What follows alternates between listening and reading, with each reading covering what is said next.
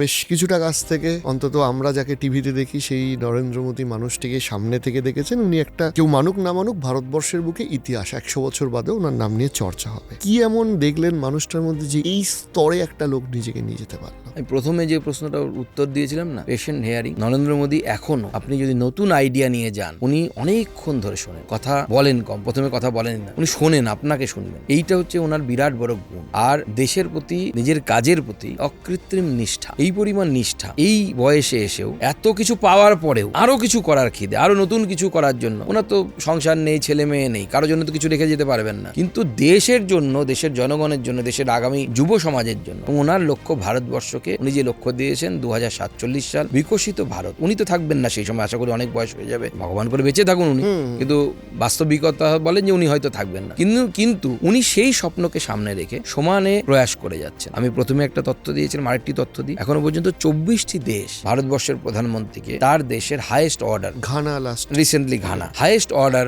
দিয়েছে। তো এটা তো বিরাট বড় অ্যাচিভমেন্ট, এবং সেই অ্যাচিভমেন্টটা শুধু নরেন্দ্র মোদীর নয়, ভারতবর্ষের 140 কোটি মানুষের অ্যাচিভমেন্ট। এবং আপনি মুসলিম ভোটের কথা বললেন না, এখানে শেষে আমি শুধু এটাই বলি, আরো ওয়ার্ল্ডের বিভিন্ন দেশ আছে, তারা নিজেদেরকে সুপিরিয়ার মুসলিম মনে করে। ভারত, পাকিস্তান, বাংলাদেশের মুসলিমদেরকে তারা একটু ইনফিরিয়ার মনে করে তাদের দৃষ্টিতে। তারা যদি নরেন্দ্র মোদীকে বুঝতে পারে, আমার মনে হয় ভারতীয় জনতা পার্টিকে এবং নরেন্দ্র মোদীকে বাংলার সংখ্যালঘু সমাজও বুঝবে